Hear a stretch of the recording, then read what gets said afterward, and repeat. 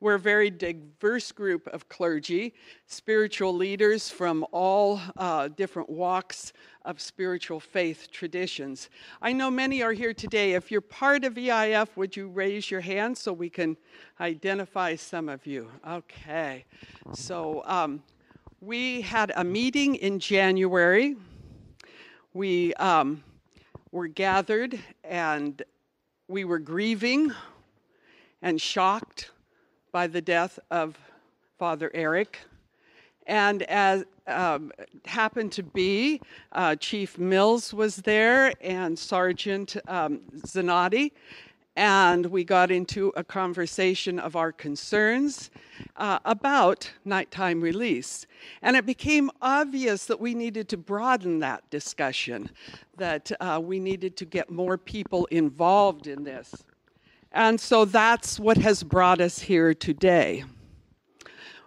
We're going to hear panel discussion from various different points of view.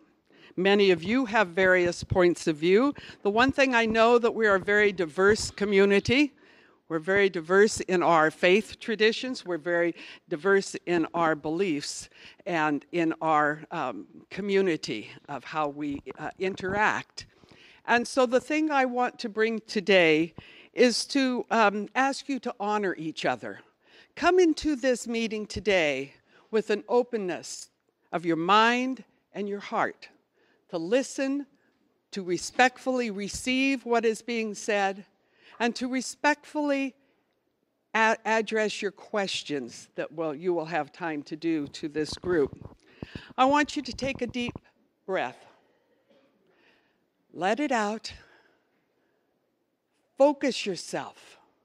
Focus yourself on coming to hear what is presented and to take the good and to acknowledge our diversity and respect that we have for each other, that it may enrich our own lives and our community. Thank you.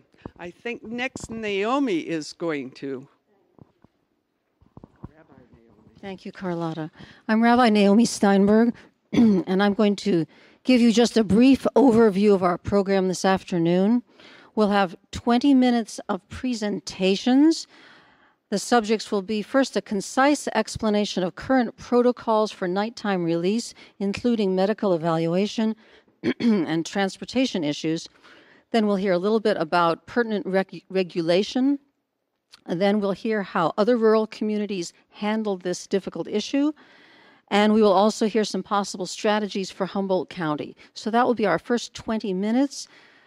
And our panelists are invited to respond to the presenters, but I'd invite you all to hold your questions until our open discussion, which should happen right around 3:35.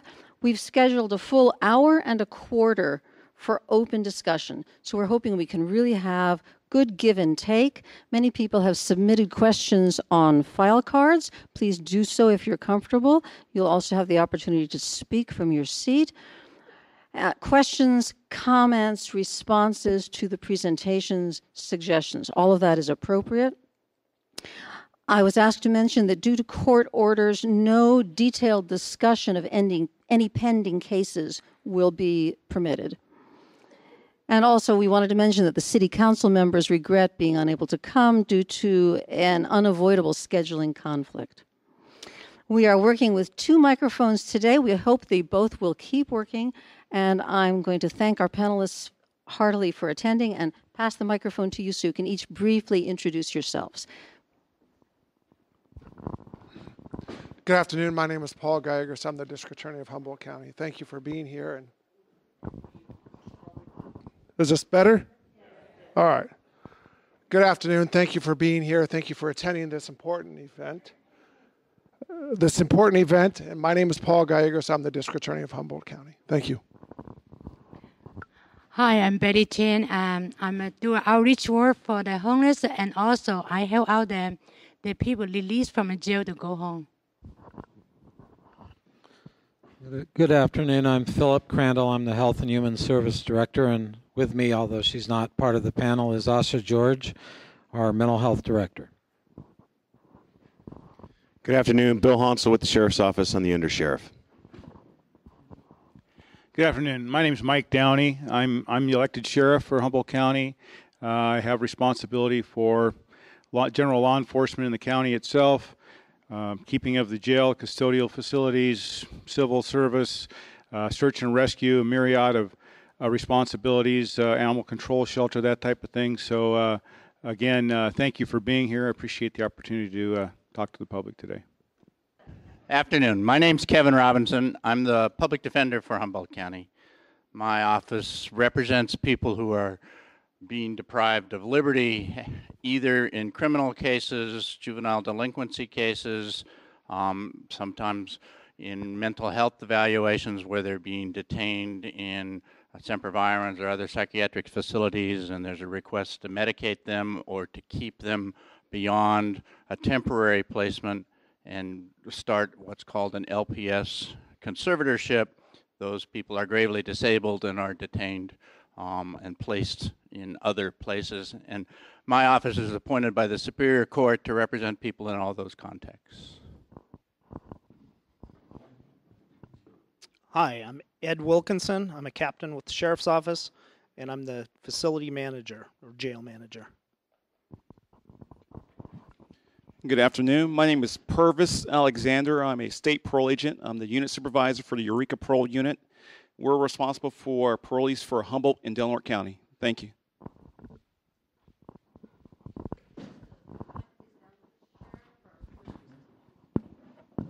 Thank you. I think I'm going to use the podium so everybody can see me and I can see everybody else, if that's all right with everyone.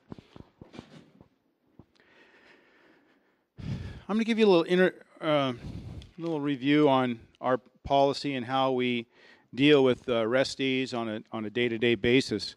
So I'm going to share some statistics with you real quick. For 2013, we conducted about 19,000 bookings for that year. Of that, I'm sorry, about 10,000 total bookings. I'm sorry, and then for 647F, which is disorderly conduct, being under the influence, about 2,600 bookings were completed for that. DUI arrest, driving under the influence, about 1,020, and being under the influence of drugs, that type of thing, about 69.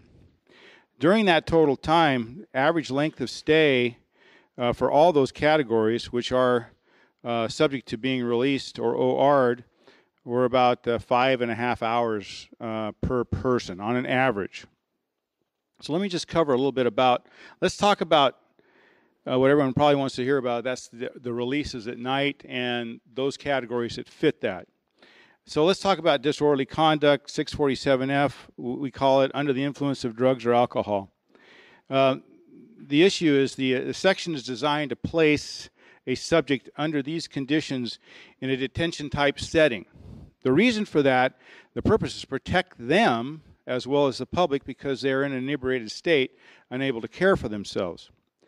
Once the threshold is reached that they're able to care for themselves, that custodial detention type situation in theory ends, and law enforcement no longer has the authority to hold because they come in there under 849B2, which means that they're to be released at the end of their detoxification period.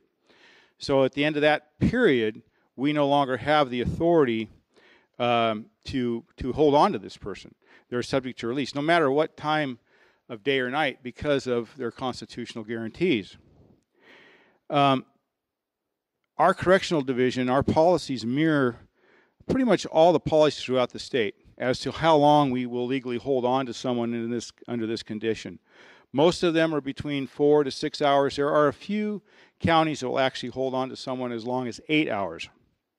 It depends it also depends on whether that threshold is reached that they are able to care for themselves. In many cases, individuals have reached the threshold in less time than the stated 4 hours. But as you can see by the statistics I gave you, we average about 5.5 hours per person that we hold on to someone. In the case of a fresh arrest or a chargeable offense, once the bail is set, that person has the opportunity to bail out. And once that bail is secured, they're free to leave the facility. They're eligible for immediate release regardless of time or day. So once they paid their bail or once they're OR'd, they are free to leave whenever they choose to.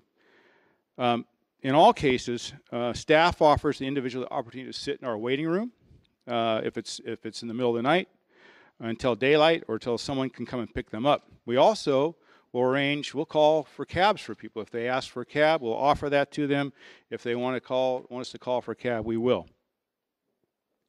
But the problem comes in when we no longer have a custodial relationship with this person. When that custodial relationship ends, we cannot compel someone to sit in our waiting room till daylight. We can't force them to sit there because they're no longer in a custodial situation. They're now free to do whatever they want, to leave, to go home.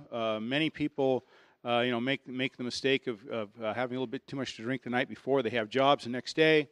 Some of them would be in jeopardy of losing those jobs if we held on to them till daylight, and they would have an arguable defense in the case that, well, I'm no longer under the influence. I'm able to care for myself. So that causes an issue there. In all cases, again, we offer a cab. We offer them to sit in the waiting room until someone can come pick them up. We allow them to use the phone to make those arrangements.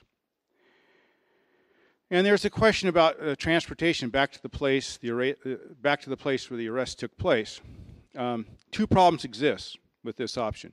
One is the individual is no longer in custody and cannot be compelled to get into a police car and go back to the place that they were arrested. We're no longer in a detained situation. It would be unlawful for us to compel them to do that. Two, there's no legal authority to detain or transport the individual to the city, and the county or city then assumes a great deal of liability because we're now making someone who is free to do whatever they want, get into a police car and drive them back to their city of origin. I'm done? Oh, okay. All right. 1 minute? Okay. Okay, so again, I just want to reiterate the fact the Constitution provides protections when it comes to unlawful detention. And that is the case we get into if we try to hold on to someone longer than when we arguably can. We just can't arbitrarily compel someone to stay in custody. Now, one real quick note: in the case of a sentenced individual, someone who is serving out the term of their sentence, and it's the last day of their sentence, what we do at that point is they are still physically in custody. So we tell them, you are subject to release, but you have to meet certain criteria, and that criteria is you must have someone who can come pick you up and take you home, or arrange for a cab, some way that we're releasing them, just not out onto the street, but that there's a provision or caveat to them being released. But again, they're still under our custodial care at that time, and being detained, so we can specify that. Anyway, I don't want to take any more time.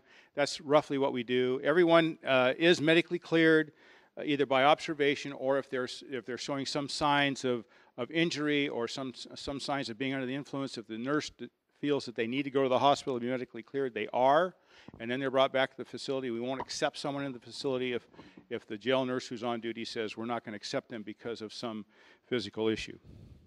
Anyway, I won't take up any more time. I'm sure there'll be some questions later that I might be able to get into some of these other issues, but thank you again. Everyone hear me okay? Okay. I'm, again, Philip Crandall.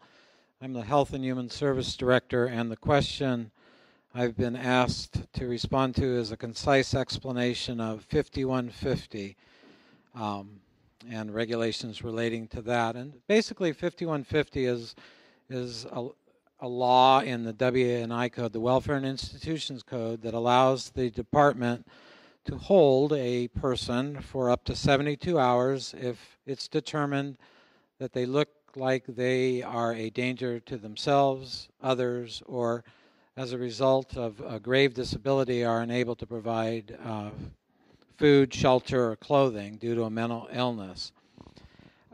Basically, we have the capacity to hold up to 72 hours in our hospital, Semper Virens, or at our psychiatric emergency services.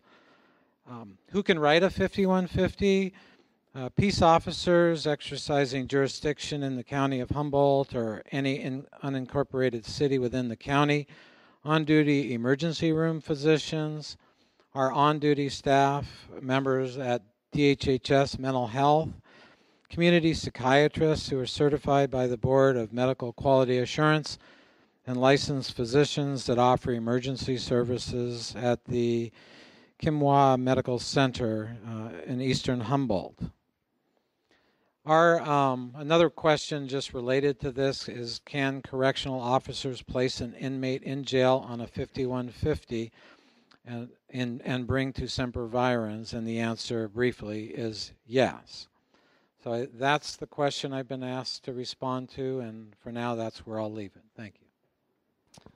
Again, I'm Ed Wilkinson, captain with the Sheriff's Office, jail manager. One thing I want to note is our policies are continuously under review when issues occur, and we look at our policies to see if we can do something better, something different, make things better. About a month ago, I sent out a question to all the jails in California and asked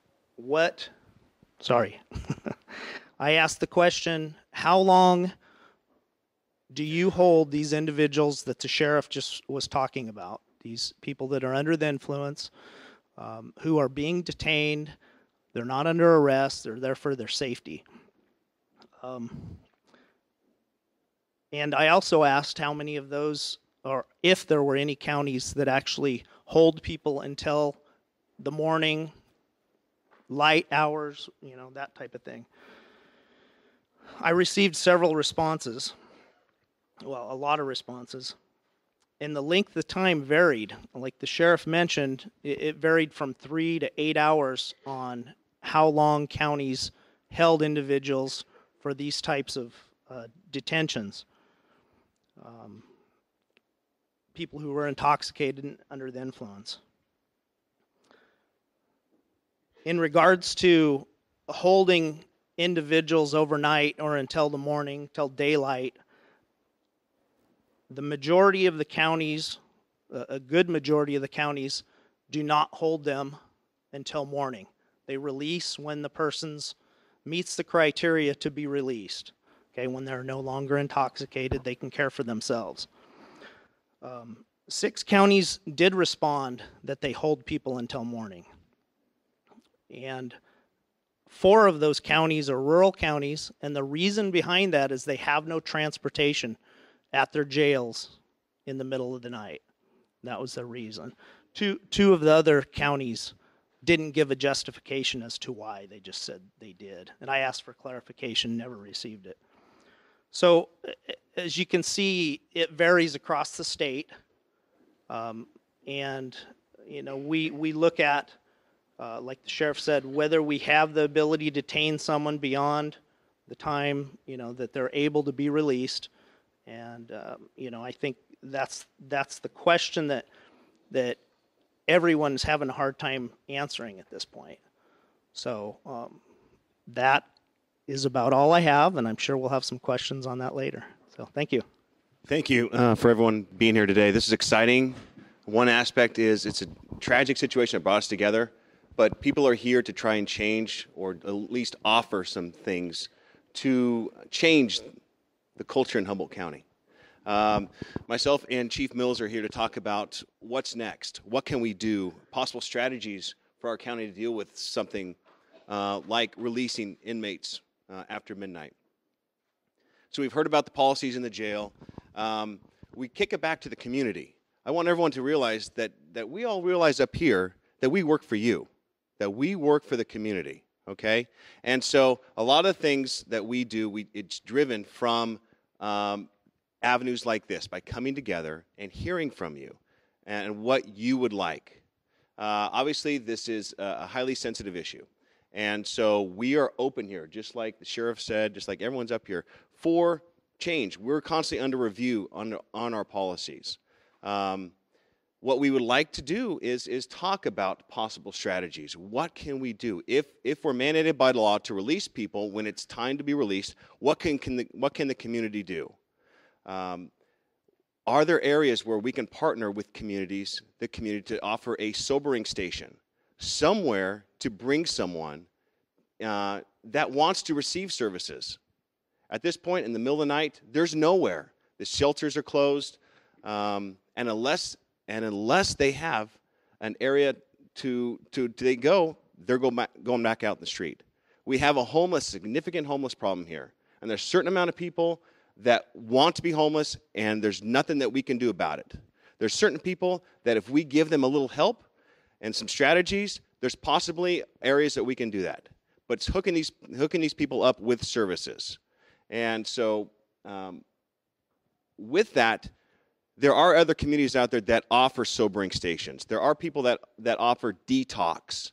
I want to bring an example up. In LA, on Skid Row, there's a thing called the Dream Center. Okay, Brian Hall is familiar with it. And he runs the mission here in town if you don't know him. It is an area that is privately run.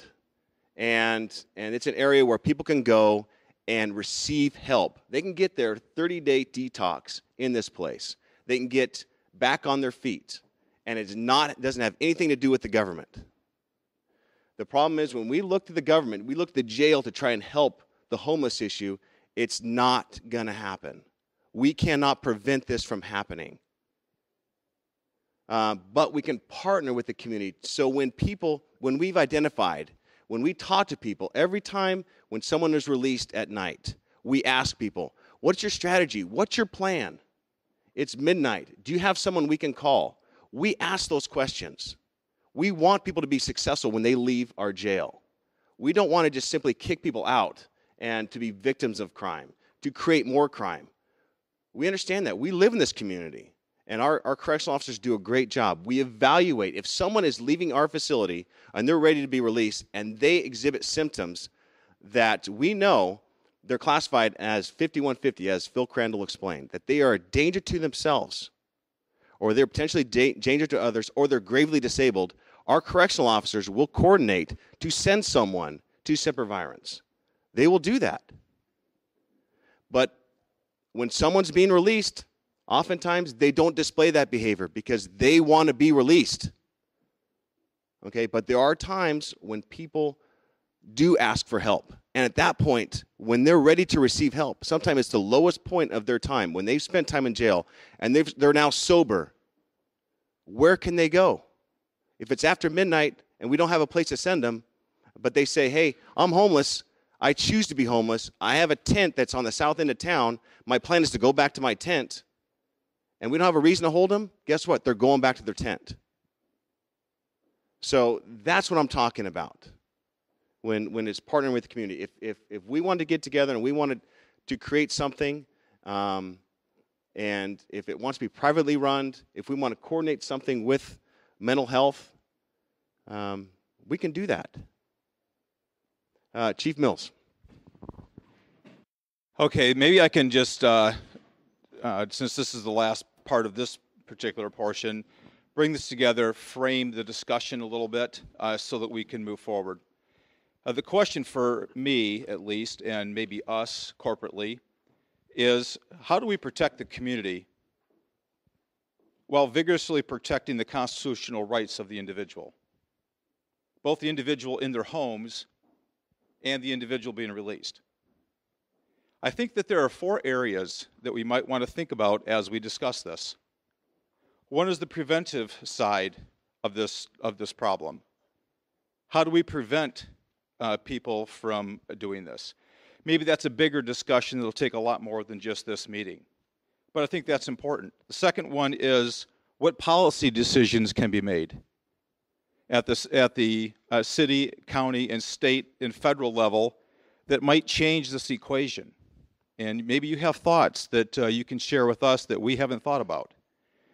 The third is what legislative actions can be taken that could change this dynamic to prevent these kind of things from happening, and looking at it in the proper perspective. And then lastly, what community solutions are available that we all can do together? And, Betty Chin is here, and Betty has taken hundreds of people home who have been released from jail. That's one solution. But I just have a feeling that crowd thinking here and crowdsourcing this problem together, we'll come up with some amazing stuff that maybe others have not tried or thought of. And for me personally, nothing is off the table. Let's talk about it. Might as well throw it out now and see what happens. So we look forward to your comments. We look forward to your input. I'll be taking notes, probably cryptically. I may not be able to read them later, but we'll all I want to honestly hear what you have to say, as well as the other panelists that maybe haven't had a chance to speak yet. And I'm glad that the public defender is here as well to have input on this conversation. So thank you, and Rabbi, I think it's yours. Thank you, Chief, and we are ahead of schedule. And I want to invite any of the panelists who want to respond to any of the presentations. Please take your time to do so now. Don't feel rushed. The Chief just brought something up very important.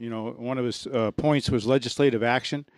I want to bring to your attention, back in 2009, Senator Liu introduced a bill that dealt specifically with nighttime releases, and it talked about the hours between 6 a.m. and 6 p.m. and then about nighttime releases specifically. And it covered some of the issues we're talking about now and how that release should take place and if they should be released during those hours. The bill was defeated. It never came to fruition. So there has been attempts on the legislative side in the state of California to deal with this issue. I think that that needs to be revisited again, because every county, as you can tell, as the captain pointed out, is doing something differently. And there's some confusion along those lines too. But again, there has been an attempt at one time to bring this legislation forward, and that legislation never went any further. It died in committee, or died before it got any further than that. Number 153. Yes, Senate bill, correct. Thank you. Just to remind you who I am, I'm the public defender, and I'll take Chief Mills' invitation to speak. My point of view on this may be different than many people, because my outlook would be I want to make sure everyone is treated the same. And whether you're rich enough to post bail, or you have influence enough to affect a charging decision and thereby get released or not arrested quickly, you should be no different than someone who is poor, or mentally ill, or homeless, who has been detained by a police officer with or without a warrant and is in custody, and there's a process by which all people should be treated the same. So if you don't mind, I'll just talk real shortly about process. When a person is detained and brought to the jail by a police officer, it can either be by a warrant or without a warrant, and if it's a warrantless arrest, then within 48 hours there has to be a review that there was probable cause for that arrest by a magistrate.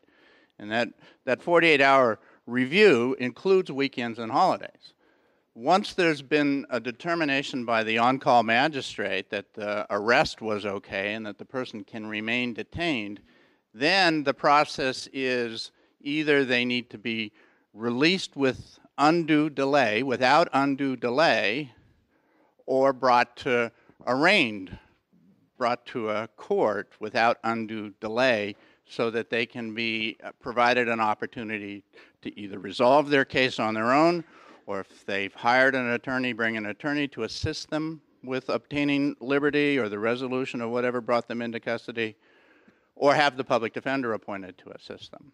And it seems to me that the discussion, at least from my point of view, should keep that important fact in place. A lot of people get detained in a lot of different communities because they don't fit into what's happening right then. Either they could be having a psychiatric or psychotic episode and they create a danger to people, or they just don't fit somehow, that they are communing with the spirit that none of us would recognize as a reasonable way to communicate with the spirit, and they've come to the attention of the neighborhoods or the jail or the police, and they're being detained for their own reasons, and then at some point there's a determination that needs to be made fairly quickly that the person needs to be further detained or needs to be released.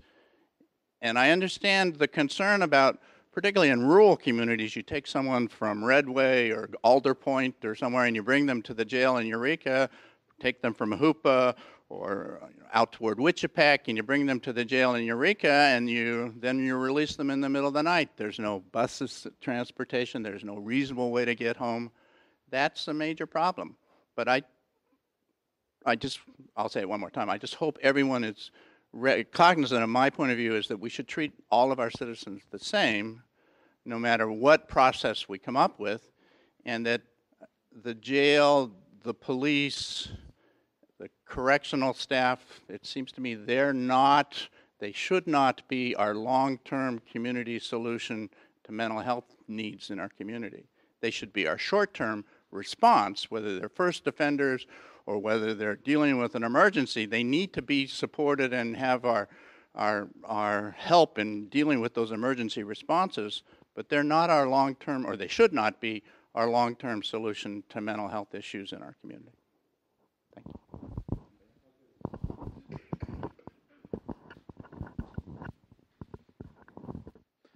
Thank you. Again, Phil Crandall, Health and Human Services. I just wanted to bounce a few comments, some based on what the public defender said and around personal rights, human rights, and discrimination and stigma. We have to be careful in understanding when we're dealing with this type of a situation that the laws were developed to protect individuals because of abuses of government in terms of civil rights of individuals with mental illness, and remind everyone that we have to be cautious because as many as 1 in 4 of us will experience a mental health episode in our lives, and we want to be treated with dignity and respect and not forced or detained against our will or medicated against our will. When I began this journey in my career over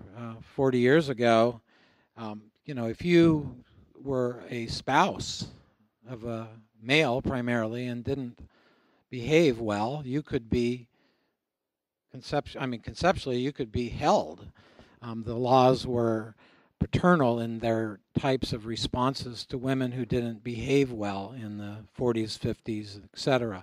And even into the 60s and early 70s, minors who acted out against their parents could be placed in institutions and medicated.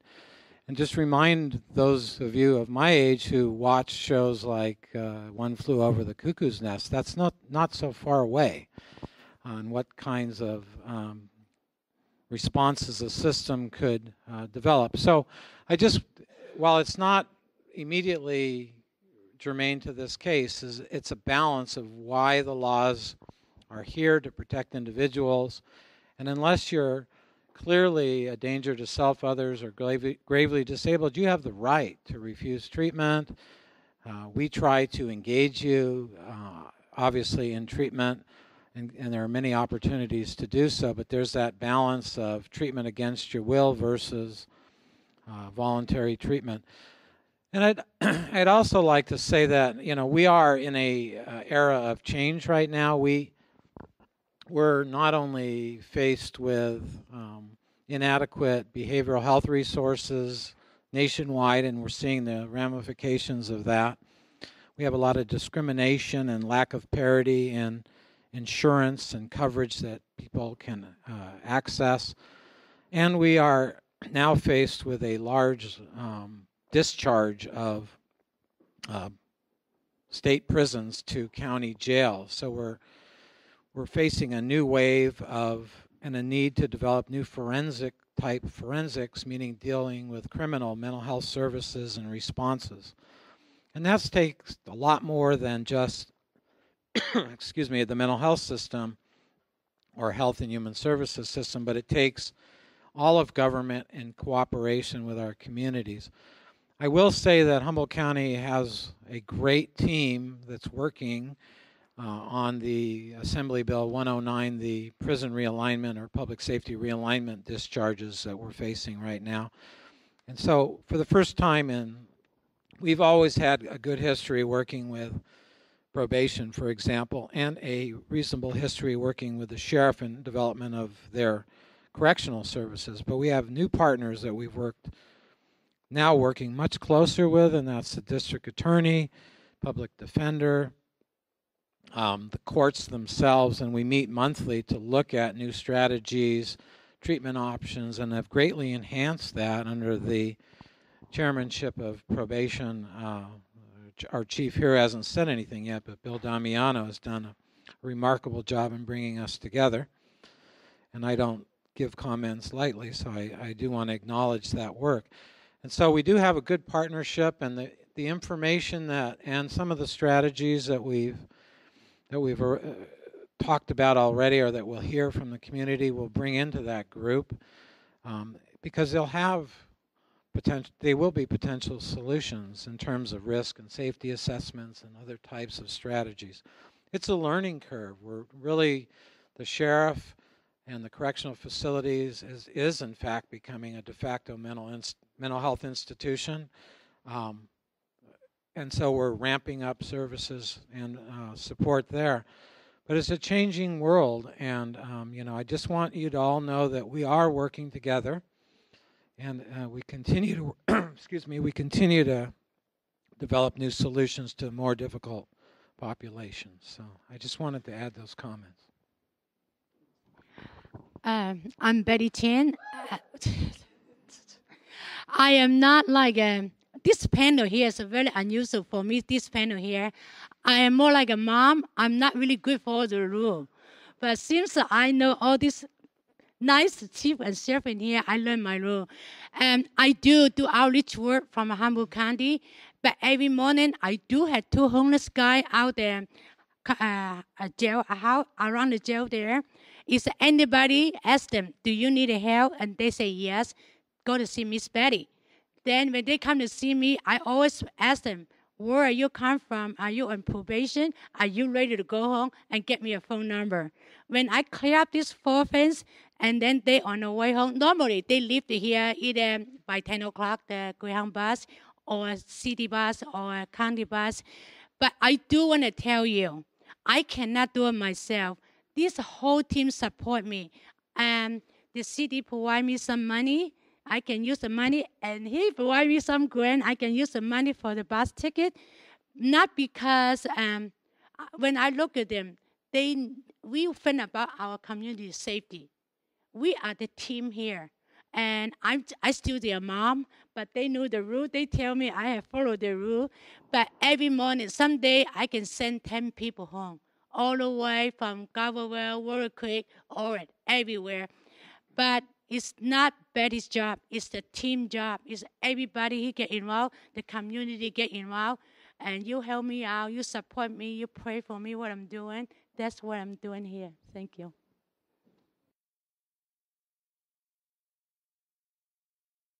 Wants to hear from me, but I guess I got handed the mic. I want to let you know, first and foremost, that public safety is a priority on all of us. I live in this community. I don't live behind a gated community. I live in Cutton. I have kids that go to school in all our public schools. We all live in this community. I certainly want to mirror the comments of Phil Crandall. I think we have a great team that are working. I did bring some information. I wish I had thought of it early regarding the Humboldt County Community Corrections Partnership. The next meeting is on February 26, 2014. This is something that's open to the public. If you were to attend and get a copy of this, you'd see our agenda, you'd see minutes from our regular meetings, you'd see data on what's being done, the people that are in custody, the sorts of things they are in custody for, the services that are being provided to them. The data is important for you and for us because without data, we can't really figure out what the problems are. We can't figure out what the solutions are, nor can we figure out how best to prioritize these virtually unlimited demands and expectations with the limited resources that we have. And at the end of the day, despite what our intentions are and what our aspirations are, without the resources to achieve them, we're somewhat limited. So, we may want to get to the moon, but without a spaceship, it's not likely to happen. And so we're always dealing with restricted resources, but the intention at this table, and I work with everyone, is to serve you and to serve this community and make this community safer for you and for them and their family and their loved ones too. So what would I add to that is just that the great thing about the people that are here, in my opinion, and that includes you, is that this is a receptive group. We do want to listen. We do want to solve these problems. But we also are, just like each and every one of you, subject to the restrictions of the law. Kevin Robinson was talking about the rights of the defendant. Folks, not a single one of us would like to be picked up arbitrarily and placed in jail without the possibility of a review of that custodial arrangement. The law has put in place protections for all of us so that that won't happen. One of the consequences of the protections that we have put in place for all of us is that the people that most take advantage of us also get the protections of those laws. And every day what Kevin Robinson does through his public defender's office is works to make sure that we don't, in our efforts to make us safe from the people that he represents, endanger the rights of all of us. So it is always a balancing act. And I guess what I'll do is leave it at that and leave it for questions later on. But I do appreciate that we're doing this. This is an essential part of the process, but it shouldn't stop here either. And really, this is a continuum, and it is only going to reach where we want it to be if we all participate in that continuum, and if we all look for. Say we break up one section of this room and just one row of seats and say, come up with a solution, we're not probably going to come up with a solution. And similarly, if you just look to this row of seats and say, come up with a solution, despite what your resources are and despite what the limitations of the law may be, then we're not likely to come up with a solution. But if we all work on it together and engage in the continuum of figuring out both newly arrived problems, because no sooner will we come up with a solution than there will be new problems, then we can make this place a better place to live for ourselves, for our children, and for their children. So thank you again. I hope I didn't take too much time. There's a question. I'm not sure if I should be answering questions at this point.